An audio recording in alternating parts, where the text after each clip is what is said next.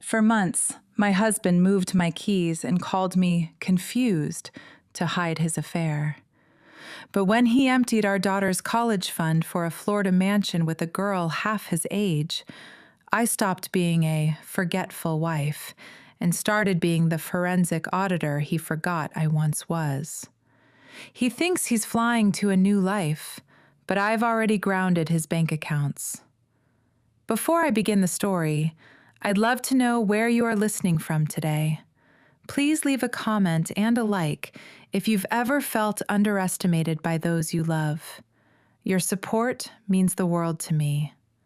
Now, let's listen to my story. Don't bother preheating the oven for dinner, Martha. I've already decided that I'm no longer hungry for anything this house has to offer, Julian said, his voice as cold and sterile as a hospital corridor, not even bothering to look up from the designer leather suitcase he was snapping shut in the middle of our foyer. I stood there, the weight of the ceramic tray in my hands suddenly feeling like an anchor, the scent of the fresh apple cinnamon muffins I'd spent the afternoon baking, the ones he used to say tasted like home, now turning cloying and bitter in the air. For 30 years, I had been the silent architect of this man's comfort, the one who balanced the ledgers of our lives so perfectly that he never had to feel the pinch of a single recession or the stress of a mounting bill. Yet here he was, treating our marriage like a piece of obsolete software he was finally deleting. He didn't offer an explanation, didn't offer a shred of remorse. He simply slid a heavy, cream-colored envelope across the mahogany console table, the one we bought together with my first bonus as a junior auditor, and checked his gold Rolex with a flick of his wrist. I need someone who lives for the future, Martha. Someone who doesn't smell like floor wax and old receipts, he added with a smirk that was more of a sneer, his eyes raking over my sensible cardigan and the flour smudge on my cheek, as if I were a relic in a museum he was tired of visiting. I didn't scream, and I didn't let the tray shatter on the hardwood floor, though every nerve in my body was screaming for me to do just that. Instead, I felt a familiar, icy stillness settle over me, the kind of professional detachment I used to find when unearthing a discrepancy in a multi-million-dollar corporate tax return. My mind, trained by decades of forensic accounting to see patterns where others saw chaos, began to record every detail of his departure. The brand new, expensive luggage we hadn't budgeted for. The way he avoided eye contact with the portrait of our daughter, Sophie, on the wall. And the sheer, intoxicating arrogance radiating off him like a cheap cologne. He truly believed I was just a simple housewife who wouldn't know how to navigate a world without him. A woman whose intellectual capacity ended at the edge of a recipe card. He saw my silence as defeat, a sign that he had successfully gaslit me into believing I was the one who was fading, when in reality, I was simply observing the most significant financial and emotional fraud of my life. You'll find the temporary support check in the envelope, enough to keep you in Tupperware and knitting yarn for a few months until the lawyers finalize the restructuring of our assets, he chuckled, a dry, condescending sound that made my skin crawl, with a sudden, sharp realization. He wasn't just leaving, he was gloating. Convinced that he had outsmarted the woman who had spent 30 years protecting his every cent. A man who thought his newfound technological edge made him untouchable by a woman who still preferred a physical ledger. As he grabbed the handle of his suitcase and headed for the door, He didn't even pause to look at the garden through the sidelights. The rose garden I had spent 20 years cultivating, rose by rose, through droughts and freezes, representing the very American dream of hard work and persistence we were supposed to share. He stepped out into the bright afternoon sun of our quiet suburban street, the engine of his new silver Land Rover purring with an expensive, illicit confidence that told me exactly where some of our missing investment capital had gone. The door slammed with a finality that echoed through the empty house, leaving me standing in a silence so thick it felt like it was pressing the air out of my lungs. I walked over to the window, watching the taillights of his car disappear around the corner, leaving me behind in the meticulously maintained landscape of a life that had been a lie.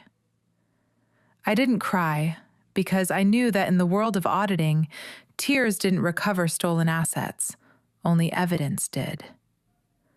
I looked down at the cream-colored envelope, then at my own hands that were steady, hands that knew exactly how to track a hidden trail of numbers until they led to the truth.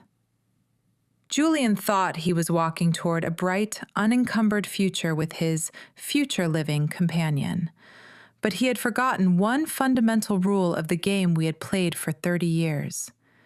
He had left the most dangerous person in his life, the one who knew where every single cent was buried, standing in the dark with nothing left to lose and a very long memory. The silence that followed the slamming of the front door was heavy, thick with the scent of cinnamon and the suffocating realization of a 30-year lie. I didn't move for a long time, my eyes fixed on the empty space where Julian had stood just moments ago, mocking the very life I had built for us. The tray of muffins, once a symbol of a warm home, now felt like a leaden weight, a mockery of the housewife persona he had used to blind himself to my true value. I set the tray down on the counter with a precision that surprised even me, my fingers brushing against the cold granite. I was about to reach for the cream-colored envelope he'd left behind, the pittance he thought would keep me quiet, when the shrill ring of my cell phone shattered the stillness. It was Sophie. My heart skipped a beat, a mother's intuition whispering a warning before I even pressed the green button. "Mom, are you there?" Her voice was thin, trembling with a frantic energy that made my blood run cold.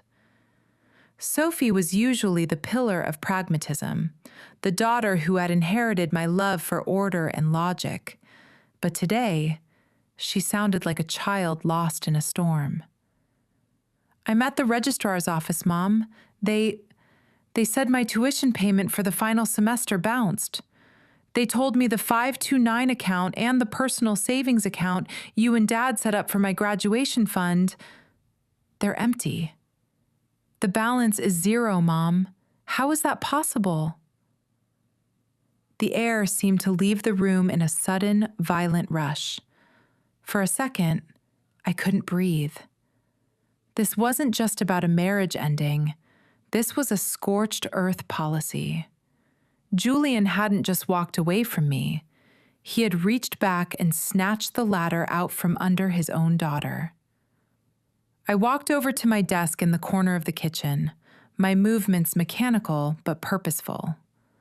I logged into our private family portal, the one I had managed meticulously for decades, ensuring every cent was allocated for Sophie's future, the inheritance that represented the American dream we had promised her. My vision blurred for a moment as I stared at the screen. The numbers didn't lie, but they were devastating. Julian had executed a series of rapid, calculated transfers over the last 48 hours. He had drained the tuition fund, the graduation savings, and even the small trust my mother had left for Sophie. $200,000. Gone. It wasn't just money. It was her security, her hard work, and the legacy of her grandmother. My daughter was crying on the other end of the line, a sound that cut through the numbness of my own betrayal and ignited a different kind of fire in my chest. The fierce, protective instinct of a matriarch who realizes her cub is being hunted. "Listen to me, Sophie," I said, my voice dropping into the low, steady register I used when I was closing a high-stakes audit. "I need you to take a deep breath. Do not talk to the registrar anymore today. Go back to your dorm, lock the door, and wait for my call. I am going to fix this." I hung up before she could ask how, because in that moment, I didn't have the answer. I only had the resolve. The grief I had felt earlier, the stinging rejection of being called obsolete, vanished, replaced by a crystalline, predatory focus. Julian thought he was playing a game of out with the old, in with the new, but he had forgotten that I was the one who taught him how to keep score. I looked at the mahogany console table, at the house he thought he was leaving me to rot in, and then at the laptop sitting closed on the desk. For years, I had played the role of the retired accountant who only cared about rose gardens and baking, letting him believe he was the tech-savvy future dweller. I had let him believe I didn't notice the second phone, the whispered calls, or the suspicious investment opportunities he'd been mentioning. But a forensic auditor never truly retires. We just stop charging by the hour. Julian hadn't just stolen $200,000. He had challenged a woman who spent 30 years finding needles in haystacks of corruption. He wanted a war? He had one. But he had made the fatal mistake of attacking the one thing more sacred to me than my own dignity, my daughter's future. I opened my laptop, the glow of the screen reflecting in my eyes, which no longer held a single tear. The housewife was gone. The forensic auditor had just clocked in for the most important job of her life. The screen of my laptop flickered, the zero balance reflecting in my glasses like a mocking hollow eye. But as I stared at those empty columns, the suffocating fog of the last 6 months finally began to lift, revealing the jagged rocks Julian had been trying to steer me toward. For months, I had been living in a curated nightmare of self-doubt, a subtle poison drip of suggestions that my once sharp mind was finally beginning to fray at the edges. It started with the keys, my heavy brass keychain that I had placed on the hook by the door every day for 20 years, suddenly vanishing, only to reappear hours later in the vegetable crisper of the refrigerator. Julian would stand there, his arms folded, wearing a look of practiced, heartbreaking pity as he watched me scramble to retrace my steps. "It's okay, honey," he would say in that patronizing, honey-coated tone that made my skin crawl even then. "You're just tired. You know how you've been getting lately. A little scattered, a little forgetful." He was planting seeds of dementia in the fertile soil of my aging, banking on the fact that every woman over 60 harbors a secret, trembling fear that her value is tied to her memory, and that once the memory goes, she becomes a burden to be managed rather than a partner to be heard. The fog thickened when the digital world I had mastered as a senior auditor began to lock me out. I would try to log into our shared household accounts, only to find the passwords incorrect. And when I asked Julian, he would sigh, a long, weary sound of a man burdened by a fading wife. "Martha, we changed those last week together, don't you remember? I'm worried about you, truly." He was gaslighting me with the very tools I had used to build our security, turning my own professional domain into a labyrinth where I was the only one without a map.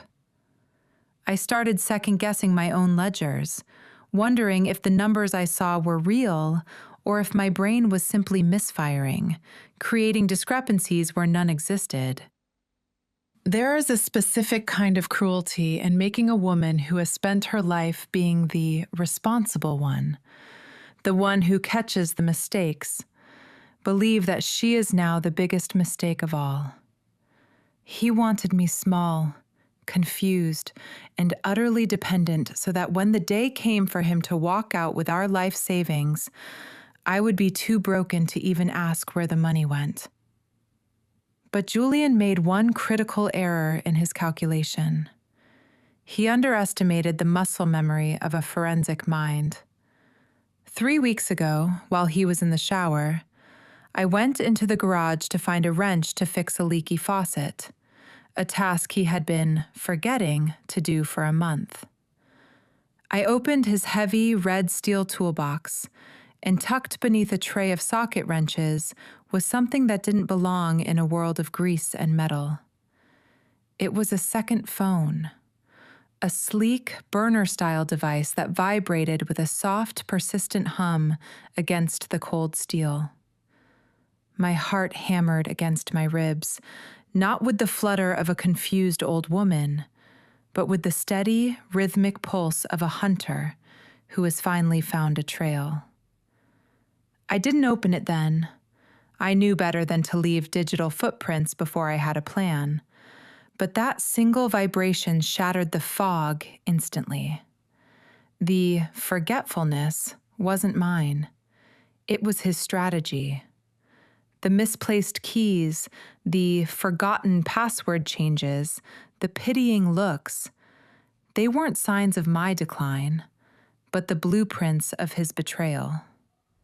Standing there in the garage, surrounded by the scent of oil and old wood, I realized that the man I had shared a bed with for 3 decades had been treating our marriage like a corporate takeover, attempting to liquidate my sanity before he moved on to his next acquisition.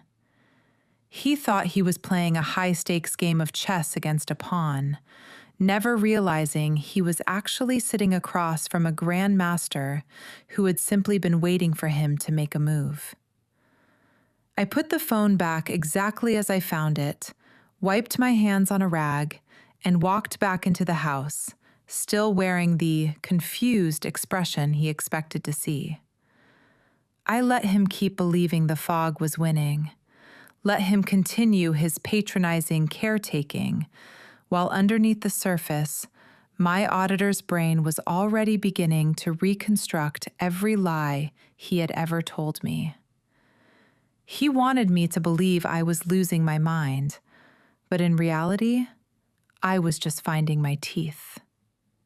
The forgetful Martha died in that garage, and the woman who was about to dismantle Julian's future, piece by piece, was finally ready to get to work. The burner phone sat on the mahogany desk like a live grenade, its screen casting a sickly blue glow over the lace doily my grandmother had crocheted 50 years ago. I had brought it in from the garage, my hand steady even as my heart hammered a frantic rhythm against my ribs. Julian was gone, the roar of his Land Rover a fading memory, leaving me alone with the digital debris of his double life. I bypassed the simple 4-digit code, the same one he used for his gym locker, because for all his talk of future thinking, Julian was a man of predictable, lazy habits.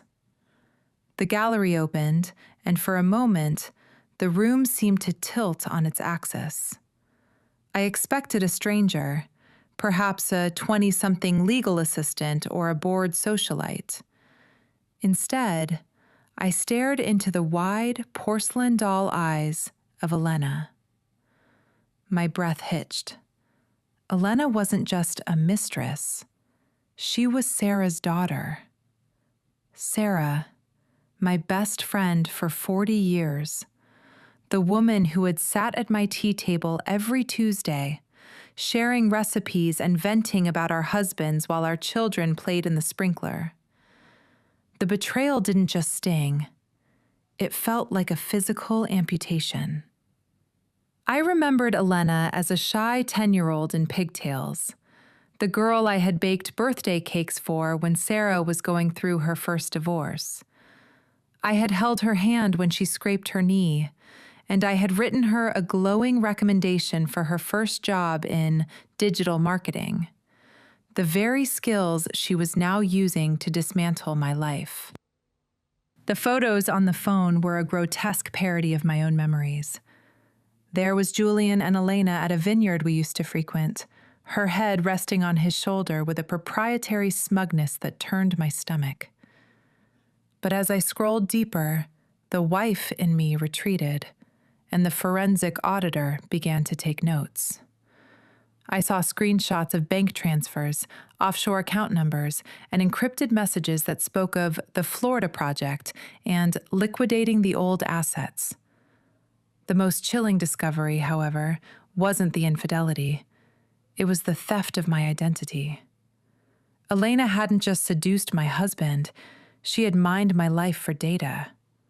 As I looked at the passwords Julian had saved for their joint clandestine accounts, I felt a cold sweat break across my brow.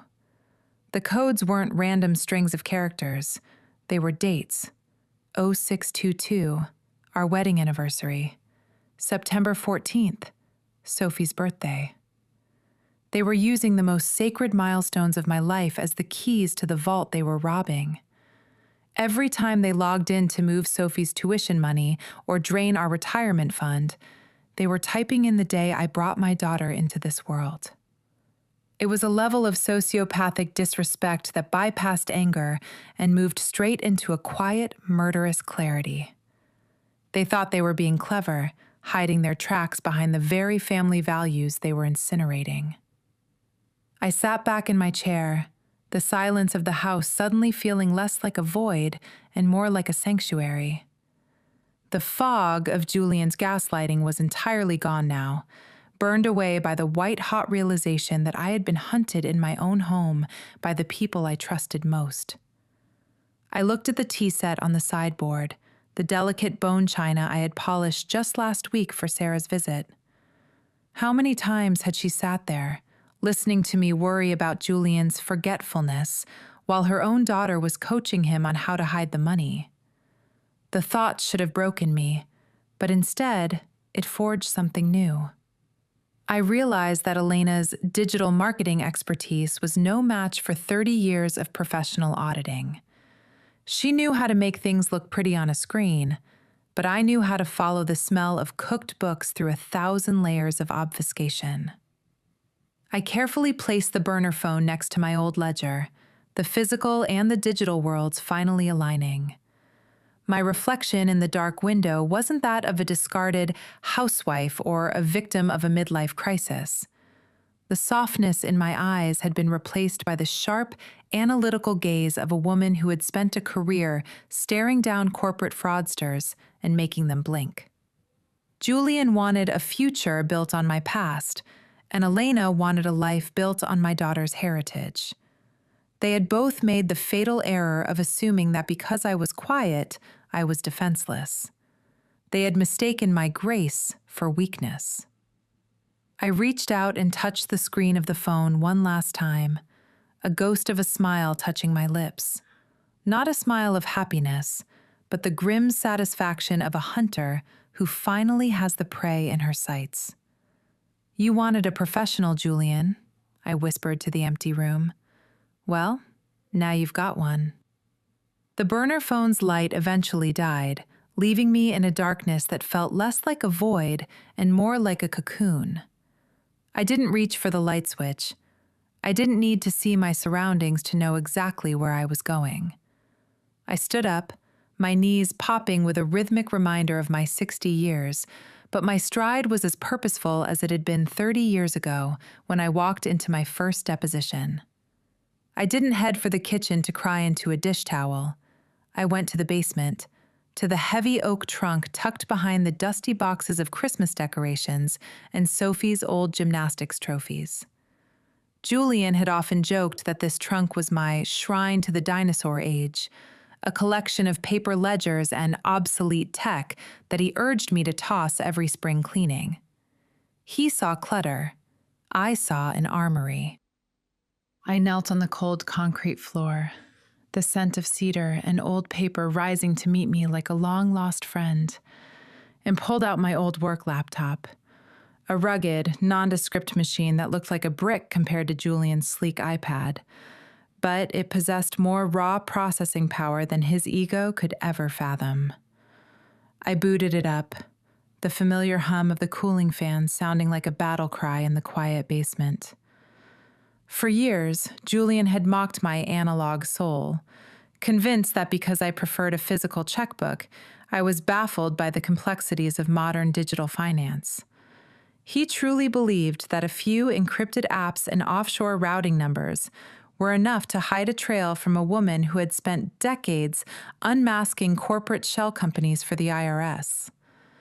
It was the classic arrogance of a man who mistakes new for smart. As the screen glowed to life, reflecting in my glasses, I felt the fog of the last few months burn away completely. I wasn't a forgetful retiree. I was a forensic auditor who had just been handed the most personal case of her career. My fingers, once thought to be only good for kneading dough, flew across the keys with a muscle memory that defied age, navigating through layers of secure portals and back-end banking servers that Julian didn't even know existed. I started with the $200,000, Sophie's future, and tracked its digital scent. Julian had been sloppy, fueled by the frantic energy of a man trying to buy a new life before the old one caught up to him. He had moved the money through a series of neobanks and crypto exchanges, thinking the anonymity would protect him. But every transaction leaves a ghost, a tiny breadcrumb of metadata that tells a story if you know how to read the language of numbers. I found it within 20 minutes. The funds were sitting in an escrow account for a beachfront development in Florida, a sun-drenched fantasy built on my daughter's tears and my 30 years of sacrifice. It was a classic pump-and-dump real estate scheme, exactly the kind of shiny, hollow investment that attracts men of Julian's particular brand of midlife desperation.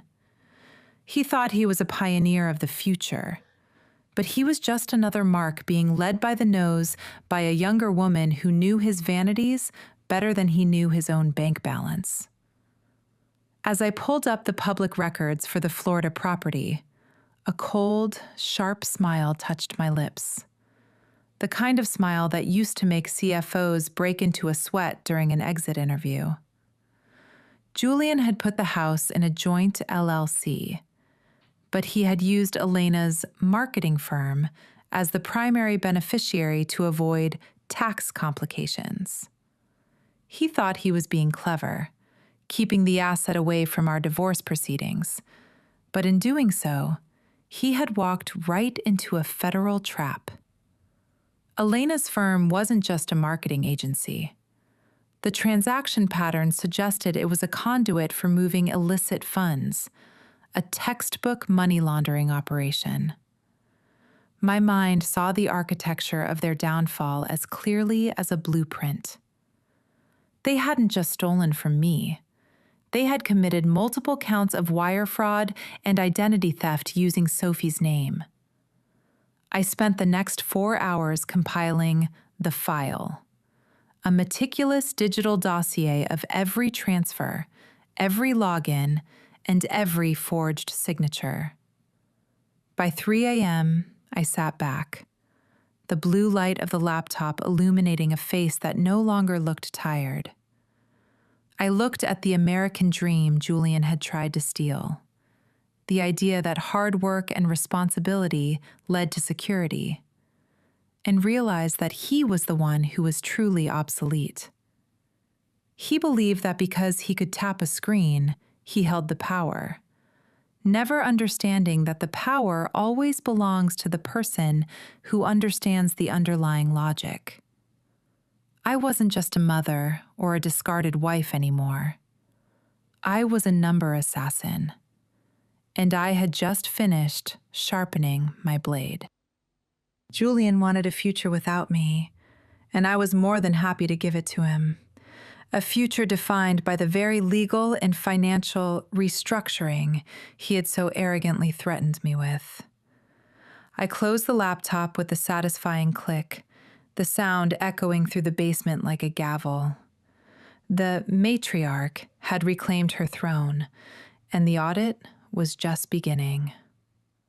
I emerged from the basement as the first light of dawn began to bleed through the high, dusty windows, feeling less like a woman who had just lost her husband and more like a predator who had finally mapped the terrain. To dismantle Julian's future, I first had to master the art of being obsolete. For the next week, I donned the mask of the doting, slightly confused housewife with a dedication that would have earned me an Oscar. I spent my mornings in the kitchen, the air thick with the scent of vanilla and yeast, because Julian's arrogance was best fed on a full stomach. I would stand by the island, flour dusting my apron, purposefully fumbling with my smartphone as if it were a strange alien artifact. When he would walk in, dressed in his crisp battalion suits and radiating the smug energy of a man who had already moved on, I would put on my best, helpless expression. "Julian, honey," I'd say, my voice trembling with just the right amount of feigned frustration. "This new banking app is just so fussy. I'm trying to check the grocery budget, but it keeps asking for these dual factor things. Could you show me? I just don't want to break anything." He would huff a sigh of theatrical exasperation, a sound that said, "Look at this relic I have to carry," and he would snatch the phone from my hand with a patronizing smirk. "Honestly, Martha, it's not rocket science. It's 2026. The world doesn't run on paper ledgers anymore," he would mutter, his thumbs flying across the screen as he logged into our high-yield accounts to fix the problem for me. He didn't notice that I was standing just a breath behind him, my eyes, the eyes of a woman who had once spotted a 3-cent discrepancy in a 40-page corporate audit, tracking every digit he pressed, every swipe he made, and the specific biometric delay of his Face ID. While he felt like a hero of the digital age, I was an invisible observer, recording the very keys to his kingdom. I watched him navigate to the external transfers section, the one he thought I was too outdated to ever find, and I memorized the routing numbers for Elena's marketing firm as they flashed briefly on the screen. I even caught the faint reflection of his secondary password in the polished chrome of the toaster, a password that, predictably, was the street name of the Florida villa he thought he was buying with Sophie's tuition money. The intellectual satisfaction of this digital hide-and-seek was intoxicating, a quiet ASMR for a brain he had tried to convince me was rotting. Every time he laughed at my slowness, I felt a surge of cold, calculated triumph. He would sit at the breakfast table, checking his gold Rolex and texting Elena. I could tell by the way his eyes softened into that pathetic teenage glow, while I poured him a second cup of coffee. He thought I was serving him. In reality, I was presiding over his deposition. One afternoon, he even had the audacity to ask me to clean up his old laptop so he could donate it, convinced that his secure delete had wiped away the tracks of his wire transfers. I took the machine with a grateful nod, promising to take it to the recycling center. Instead, I took it back to my basement armory, where I spent 6 hours running deep sector recovery software, unearthing the deleted chat logs where he and Elena joked about how easy it was to gaslight the old girl into signing the house over to their LLC. Their arrogance was their greatest vulnerability. They believed that because I was a woman of a certain age, a woman who valued the American dream of a stable home and a blooming garden, I lacked the killer instinct required for the modern world. They saw my kindness as a lack of complexity. But as I sat in the dark, watching the progress bar on my recovery software slowly fill, I realized that Julian's future was built on a foundation of sand, and I held the only shovel. He would come home late, smelling of expensive bourbon and the floral perfume Elena favored, and I would simply ask him if he wanted a slice of pie. I would let him tuck me into bed with a pitying kiss on the forehead, all while I was mentally finalizing the spreadsheet that would eventually leave him with nothing but the clothes on his back. The trap was almost set. The steel evidence was secured, and all that remained was the final, devastating reveal. He thought he was playing a game of hide and seek, where I was the one lost in the dark. But he had forgotten that you should never play with a woman who knows exactly where all the bodies and the bank accounts are buried. The hardest part of being a mother isn't the sleepless nights when they are infants or the frantic calls during their first year of college.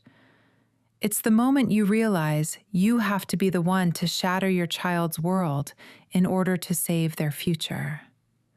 Sophie called me from her dorm room, her voice a fragile cocktail of excitement and lingering guilt that set my maternal instincts on high alert.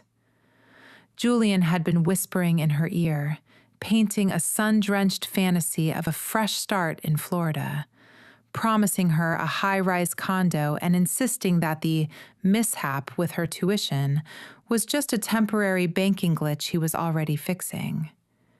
He was using his charm as a weapon, attempting to lure our daughter into his web of lies so she wouldn't side with the bitter mother he had left behind.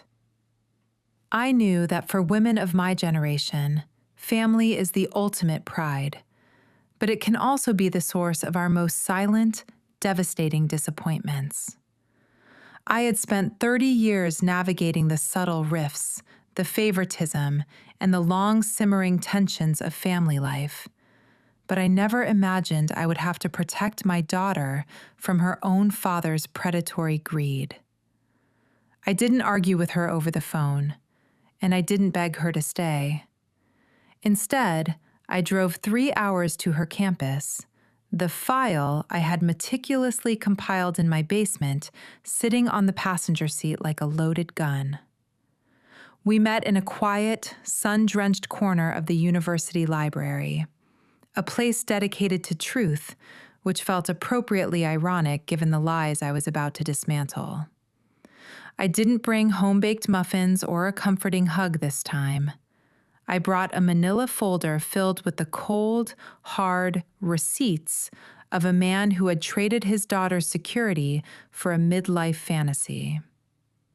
As Sophie spoke about the modern life Julian and Elena were building in Florida, I felt a pang of that silent disappointment mothers often carry when their children fail to see the wolf at the door.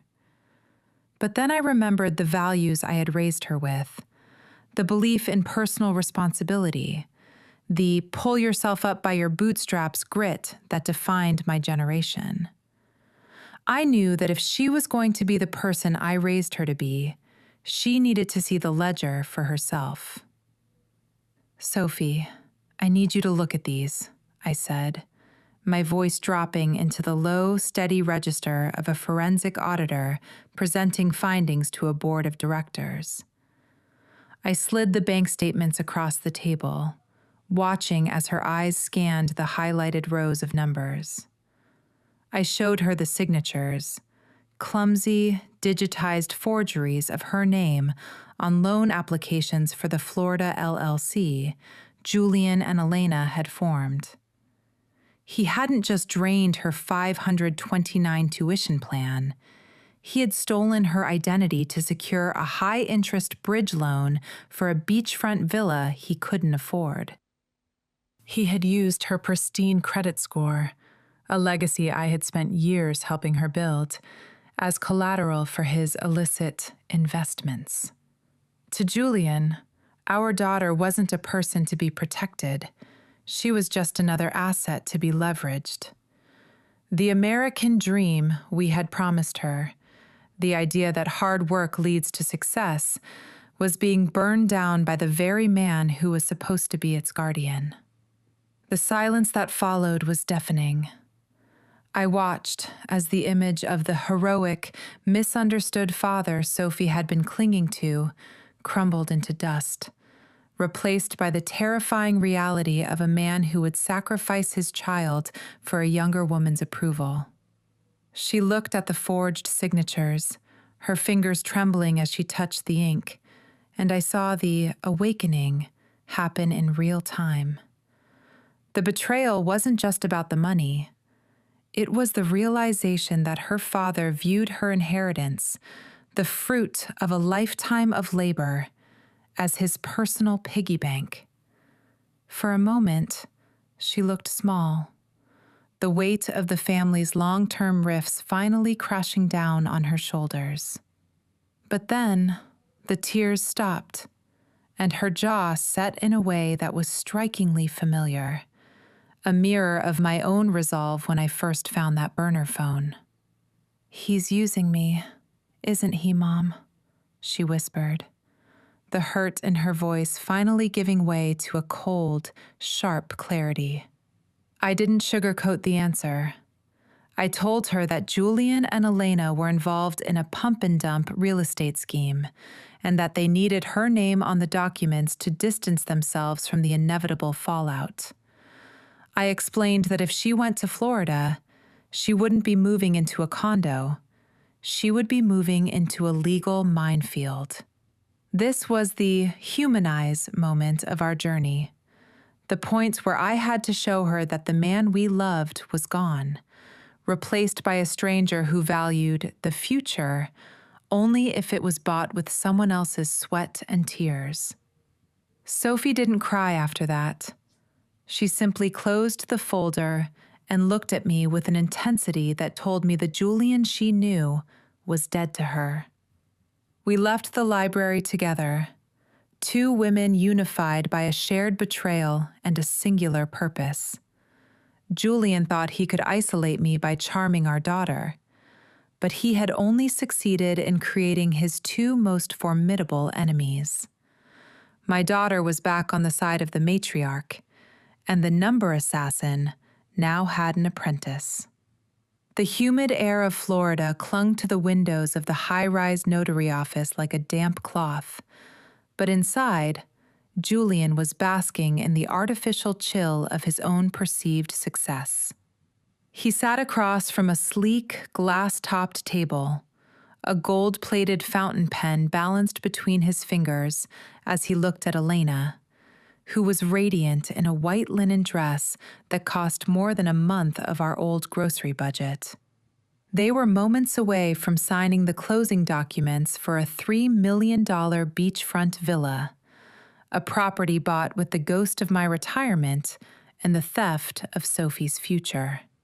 Julian leaned back, a predatory grin spreading across his face as he checked his watch, the same one he'd used to time his exit from our foyer just a week ago.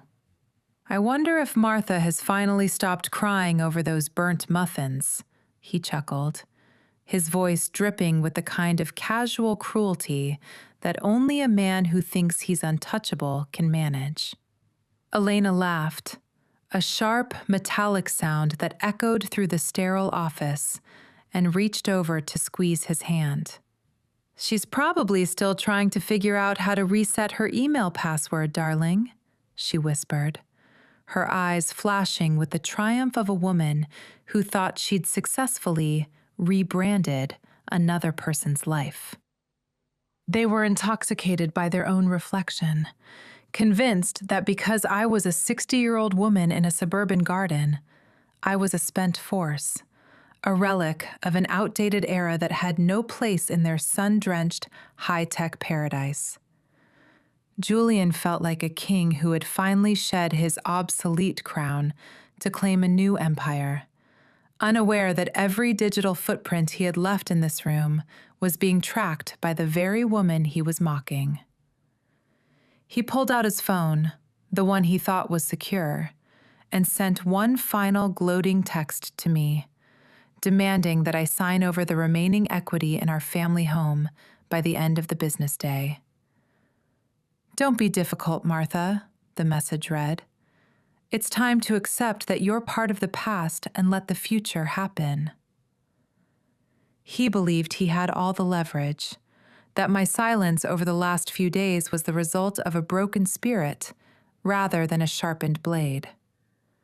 He turned his attention back to the notary, a young man who looked impressed by Julian's bravado and the thick stack of wire transfer confirmations Elena had prepared. The Florida project was his masterpiece, a complex web of shell companies and offshore routing that he believed was invisible to anyone who still used a physical checkbook. He didn't realize that in the world of high-stakes finance, arrogance is the loudest noise you can make, and I had been listening to his heartbeat through the bank servers for 72 hours. Elena began to lay out the final set of papers, her movements practiced and sleek, a marketing expert playing the role of a sophisticated investor. She leaned in close to Julian, whispering about the parties they would host and the new money friends they would make, all while using my daughter's stolen identity as the cornerstone of their new life. To them, I was just a ghost in a cardigan, someone who would eventually fade away into a nursing home or a quiet, lonely retirement, grateful for the pittance Julian had left in that cream-colored envelope. They were already spending the money in their minds, decorating the villa with avant-garde furniture and planning a victory cruise through the Mediterranean. Julian picked up the pen, his hand steady, his ego inflated to the point of blindness. He looked at the signature line, the one that would finalize the transfer of the funds he had bled from Sophie's tuition account, and felt a surge of adrenaline. He thought he was at the finish line of a grand race, never suspecting that the outdated housewife had already moved the tape. As the notary began to stamp the first page, Julian's phone chimed, not with a text from me, but with an urgent notification from his primary investment app. He frowned, the first crack appearing in his mask of supreme confidence. He swiped the screen, expecting a confirmation of the wire transfer, but instead, he saw a red banner that made his breath hitch in his throat. Account restricted. Contact security immediately. He tried to refresh the page, his thumb trembling slightly now, but the screen remained frozen on the warning. He looked at Elena, whose smile faltered as she saw the change in his expression. The room, which had felt like a sanctuary of success only moments ago, suddenly felt very small and very cold. Julian didn't know it yet, but the number assassin had just pulled the trigger from 1,500 miles away, and the paradise he had built on a foundation of betrayal was about to dissolve into a flurry of legal notices and frozen assets. He reached for his second phone, the burner he thought I had never seen, but his fingers were clumsy, the arrogance of the last 30 years finally failing him in the face of a superior intellect. The trap wasn't just closing. It had already snapped shut, and the future he had so desperately chased was nothing more than a digital illusion. Julian stared at the blinking cursor on the notary's laptop, the red "Transaction Denied" banner bleeding across the screen like an open wound in the middle of his pristine Florida fantasy. His hand, still gripping that gold-plated pen, began to tremble as the silence in the room became heavy and suffocating. Elena's sharp, triumphant laugh died in her throat, replaced by a low, frantic hiss as she grabbed the mouse, clicking frantically as if her digital marketing skills could somehow override a federal banking freeze. It was at that exact moment that Julian's phone buzzed in his palm. He looked down, his face pale and slick with sweat, seeing my name on the caller ID. He swiped to answer, his voice a jagged whisper of his former arrogance. "Martha, what did you do? What is this?" I sat in my quiet kitchen, the sunlight hitting the rose garden outside, and I let the silence stretch for 5 long seconds, the silence of the abyss. When I finally spoke, my voice was as calm and precise as a scalpel, the voice of the forensic auditor he had so foolishly tried to bury under a mountain of gaslighting. "Julian, I'm not doing this for revenge. I'm doing this for justice," I said, my words falling like ice cubes into a glass. "I told you to look at the screen, but you were too busy looking at the future to notice the present. 10 minutes ago, I transmitted a 400-page digital dossier to the Criminal Investigation Division of the IRS and the Florida State Attorney's Office. It contains every marketing expense Elena routed through her shell companies, every forged signature you placed on Sophie's student loan applications, and every cent of the $200,000 you laundered through that escrow account. You thought I was outdated because I still nosed around in old files, Julian, but you forgot that a physical ledger doesn't have a back door for a mistress to hack into. You weren't outsmarting a housewife. You were failing an audit performed by the woman who used to train the people now coming for your front door." The sound that came from the other end of the line was the most satisfying thing I had heard in 30 years. The sound of an arrogant man's ego collapsing into a vacuum. I could hear the notary's chair scraping back, his voice distant and professional, as he informed Julian that he was legally required to hold the documents until the compliance issue was resolved.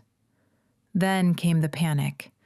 Julian began to stammer, his voice rising into a high, thin whine, pleading for me to be reasonable, to think of the family, to remember our 30 years together. The irony was so thick it was almost poetic. He wanted the American dream of a family when it served as a shield, but he had treated it like a used car when he wanted a new model.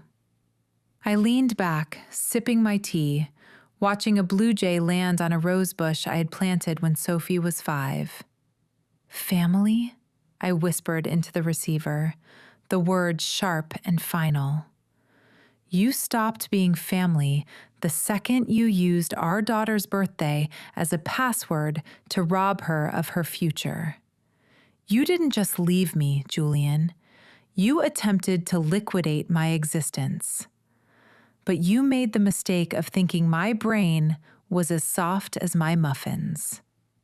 The climax of his terror arrived not with a bang, but with the rhythmic, muffled thud of heavy boots on the office carpet and the clipped, official tone of a federal agent announcing their presence. I could hear Elena shouting, her future-thinking poise dissolving into a series of ugly, shrill accusations against Julian as she realized her marketing firm was about to become a case file in a racketeering investigation. Julian's phone must have dropped to the floor because the next thing I heard was the hollow sound of a man being read his rights. He had wanted a life without receipts, a life where he was the hero of his own digital revolution. But he had ended up as nothing more than a line item in a bankruptcy filing. I didn't feel the need to shout or gloat. The intellectual satisfaction was enough. I waited until I heard the metallic click of handcuffs over the line, a sound that echoed the closing of my old laptop.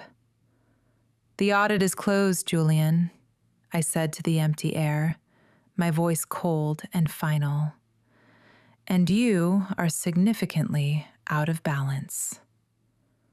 I disconnected the call, the silence of the house no longer feeling empty, but full of the quiet, resonant power of a woman who had finally reclaimed her name.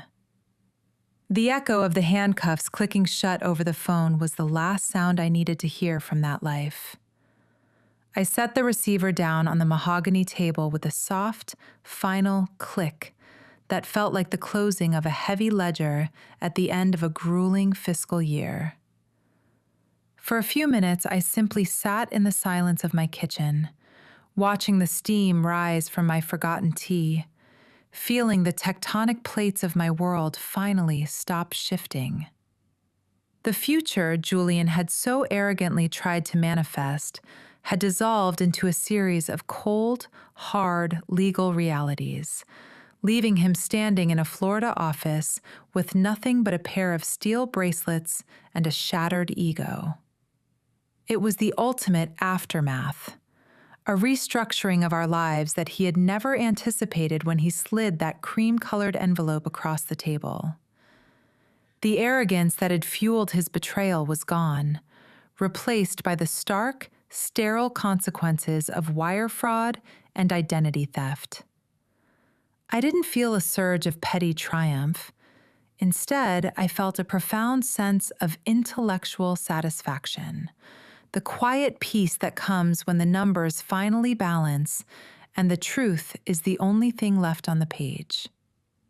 The collapse of their paradise was swift and total, a textbook example of how quickly a house of cards falls when you pull the foundation of stolen capital out from under it.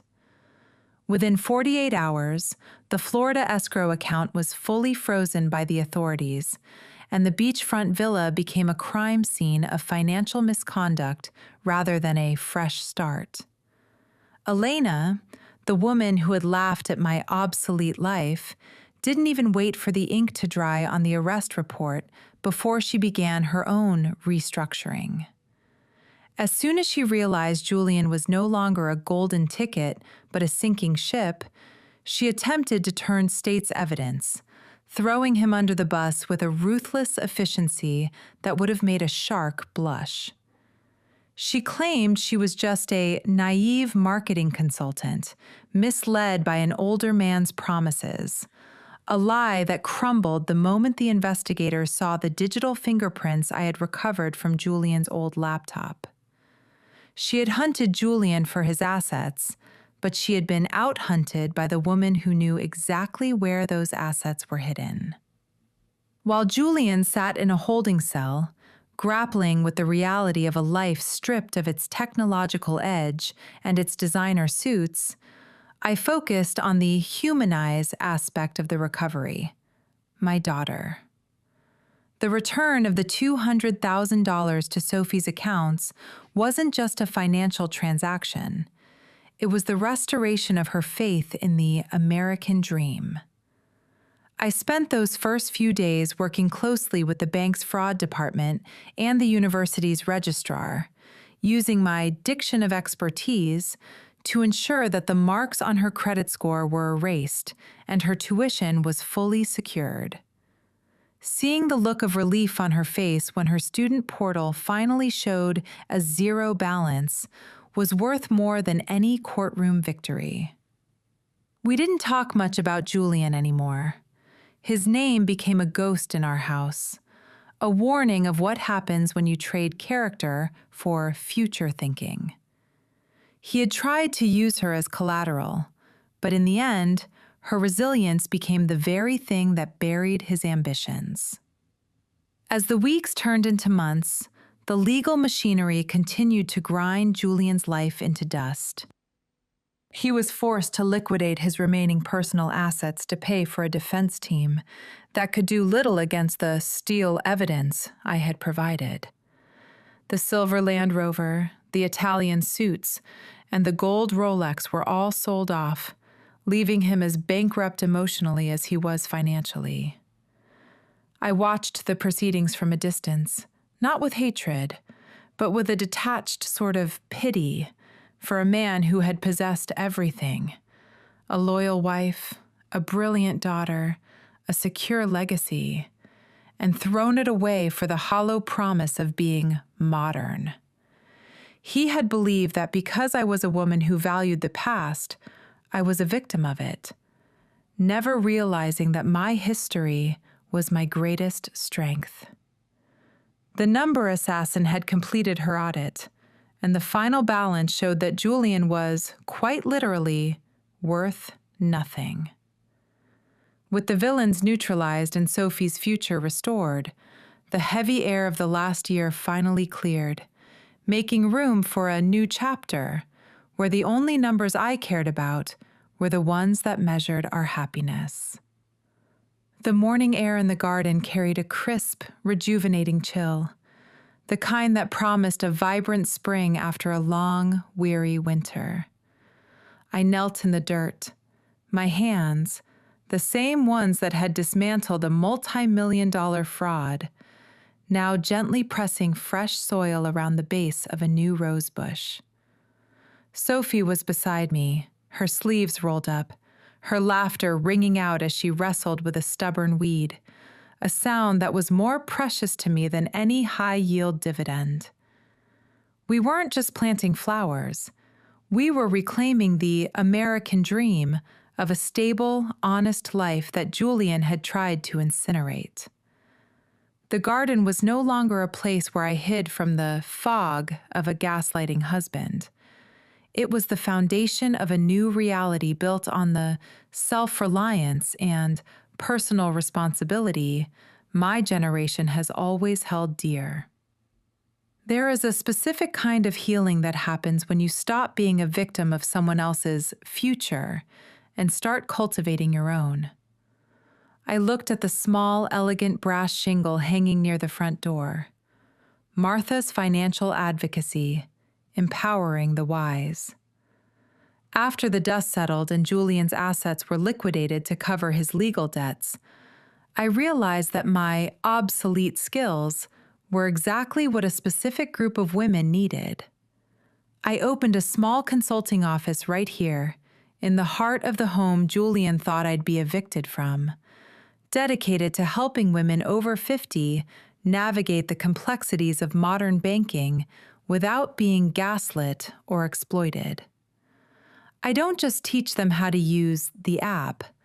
I teach them how to trust their own instincts and protect the legacy they've spent a lifetime building. My clients are women like me, women who were told they were outdated, only to discover that their experience is the ultimate forensic weapon in a world full of shiny digital lies. We discuss bank statements over the same tea table where Sarah used to sit. But now the conversation is about power, security, and the American dream being a right, not a privilege to be stolen. Sometimes, news of Julian reaches me, a snippet of gossip about his struggling legal appeals or his new life in a modest, state-funded apartment. But I no longer feel the sting of his betrayal. When I think of him now, it is with a quiet, distant pity, the kind you feel for a man who traded a diamond for a piece of broken glass because he thought it looked more modern. He was so obsessed with living for the future that he forgot that the future is built on the integrity of the past. I don't carry the weight of his restructuring anymore. I've done my own. I realize that at 60, I am not at the end of a story, but at the beginning of a much more interesting one one where I am the matriarch of my own destiny. My life didn't end when he slammed that door. It finally started because I realized that the only person who could truly liquidate my value was me. And I had decided I was priceless. As the sun climbed higher, illuminating the vibrant pinks and deep reds of the roses, I stood up and wiped the dirt from my knees, feeling a strength in my bones that had nothing to do with youth and everything to do with rebirth. Sophie looked up at me, her eyes bright with the hope of a future that was finally her own. And I knew that the inheritance I was leaving her wasn't just the money in her bank account. It was the knowledge that a woman's mind is her greatest asset. We walked back toward the house together, the scent of the garden following us, a reminder that with enough patience and the right technical care, even the most neglected soil can bloom again.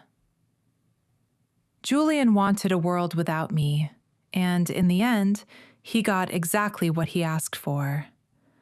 But I got the world back, and at 60 years young, I was finally ready to enjoy it. Looking back, the betrayal wasn't the end of my world. It was the beginning of my clarity. To all the women listening, never let someone convince you that your age makes you invisible or your skills obsolete. Your experience is a treasure, and your intuition is a superpower. I didn't get revenge. I simply demanded the justice I worked 30 years for. You are stronger and smarter than they think. How do you feel after hearing my story? What is the most important lesson you've learned today? I truly believe that we should always protect our peace and our future. If this story touched your heart, please share it with a friend who needs to hear it. Don't forget to like, subscribe,